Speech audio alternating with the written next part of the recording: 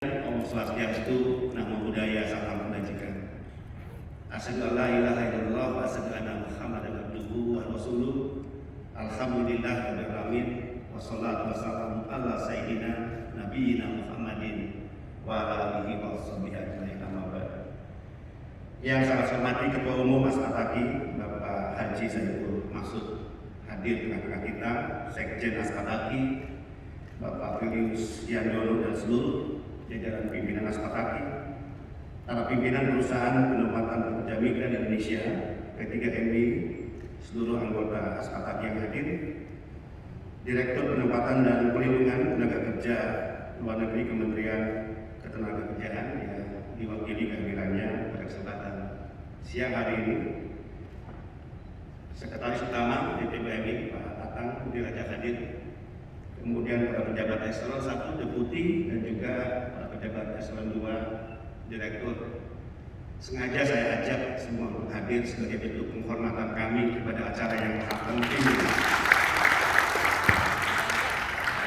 Ini juga untuk membuktikan bahwa jika bicara kemitraan BP2MI dengan asosiasi, jika bicara kemitraan BP2MI dengan P3MI, maka naif jika ada pejabat atau kementerian lembaga yang menganggap bahwa asosiasi itu tidak penting.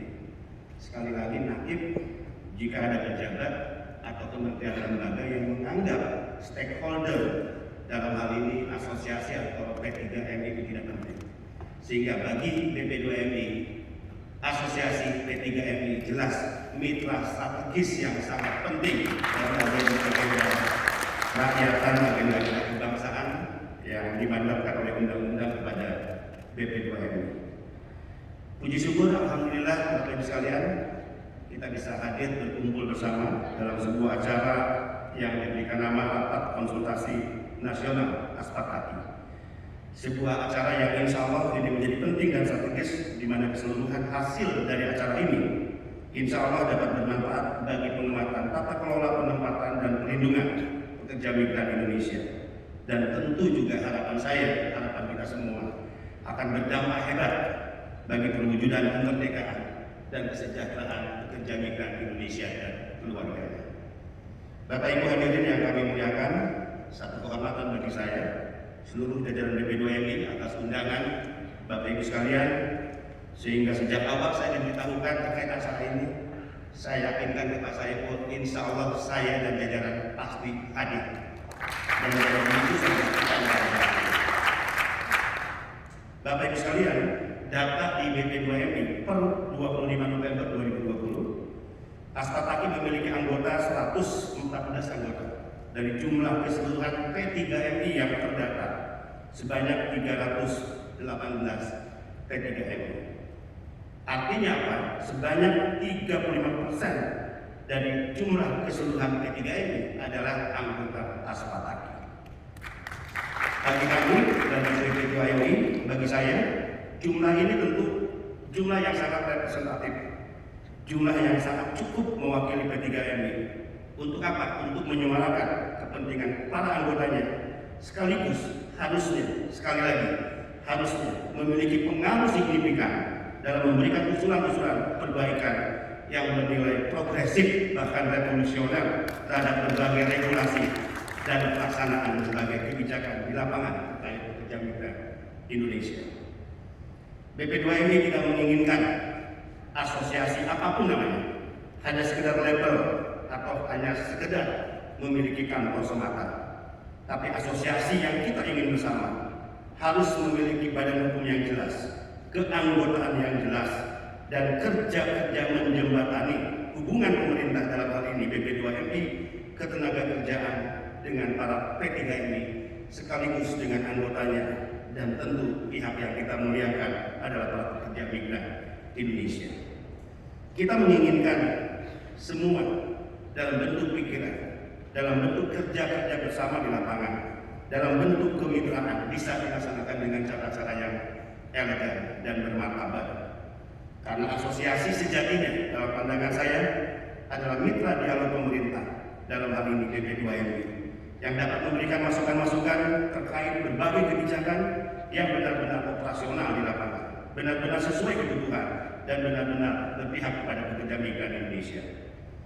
Bukan hanya sekedar mementingkan keuntungan dalam konteks bisnis semata, tapi berorientasi pada keselamatan dan perlindungan pekerja migran Indonesia dan keluarganya, bagi kemerdekaan dan kesejahteraan PMI dan keluarganya yang harus dijadikan sebagai hukum tertinggi bagi asosiasi dan seluruh P3MI sebagai anggotanya.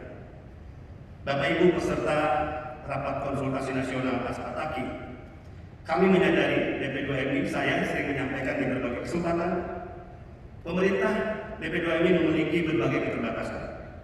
Sebuah kemustahilan jika kami bekerja sendiri, maka sebuah keniscayaan bagi kami BP2MI dan asosiasi harus sinergi dan kolaborasi, bekerja sama dan bersama-sama bekerja. Di era baru BP2MI, kami telah menetapkan 9 program prioritas yang sangat strategis, dan itu sudah banyak disampaikan dalam berbagai kesempatan, bahkan sudah menjadi pengetahuan umum kita bersama.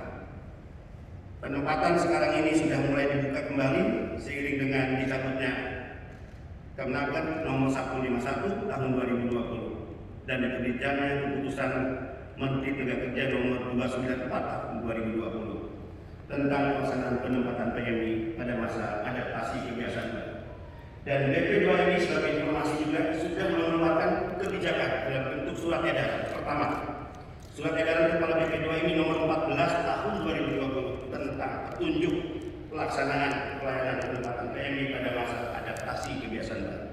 Kedua, surat edaran Kepala BP2MI nomor 17 tahun 2020 tentang kewajiban pelaksanaan tes PCR. Sekali lagi, kewajiban pelaksanaan tes PCR bagi calon PMI.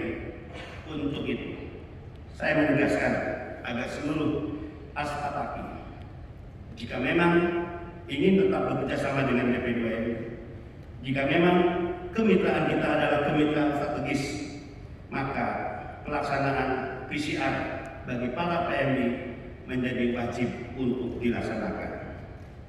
Menyedihkan, minggu lalu saya mendapatkan informasi dari KDI Taipei.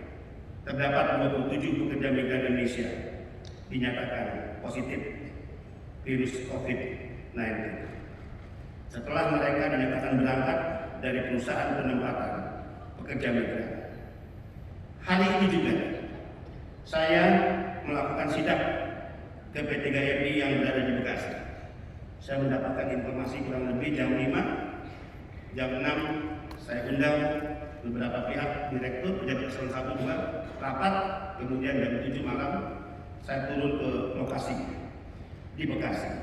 Di sana saya menyaksikan langsung kurang lebih masih ada 64 PMI yang akan diberangkatkan ke Taiwan. Di sana juga saya ingin memastikan bagaimana protokol kesehatan dilaksanakan.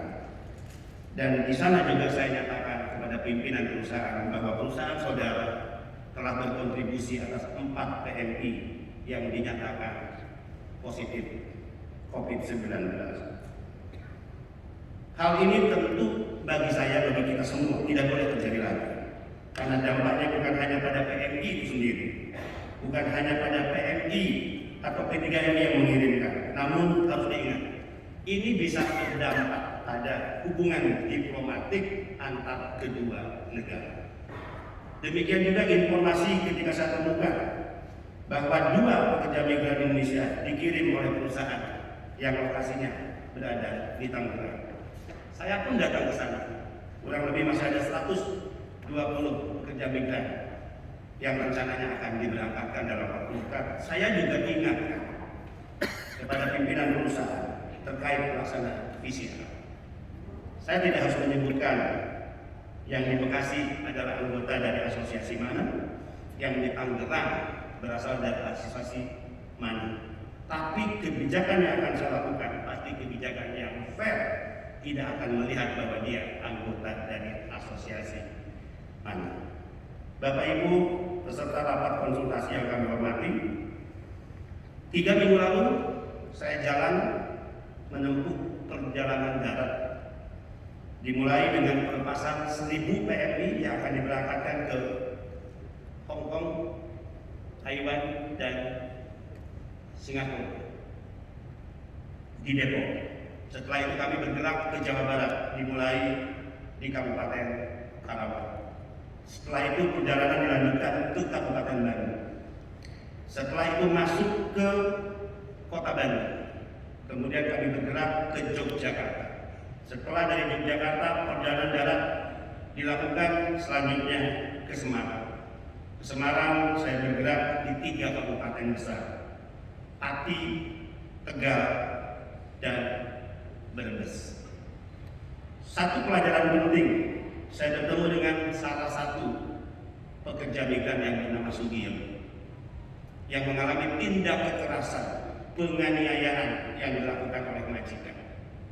Bagaimana tidak menyedihkan bagi kita, seorang anak bangsa yang bertaruh hidup meninggalkan keluarga, kampung halaman dan negaranya, kemudian harus kembali ke kampung halamannya dalam keadaan 2 matanya kehilangan penglihatannya, bekas setrikanya masih tampak di tangan kanannya, demikian juga benjolan di kepalanya yang diakibatkan karena pukulan benda keras yang dilakukan oleh majikan. Saya bersimpuh di kedua kakinya, saya mencuci kakinya, saya mengelap kakinya dengan kain yang disediakan, dan atas nama pemerintah saya meminta maaf kepada Ibu Sugio. Saya bisa membayangkan ketika penganiayaan itu terjadi, pasti di pikirannya Ibu Sugio menginginkan kehadiran negara di sampingnya. Ibu Sugio menginginkan ada warga negara Indonesia yang bisa menolongnya. Pasti juga Ibu Sugio berharap tanggung jawab dari perusahaan yang mengirimnya.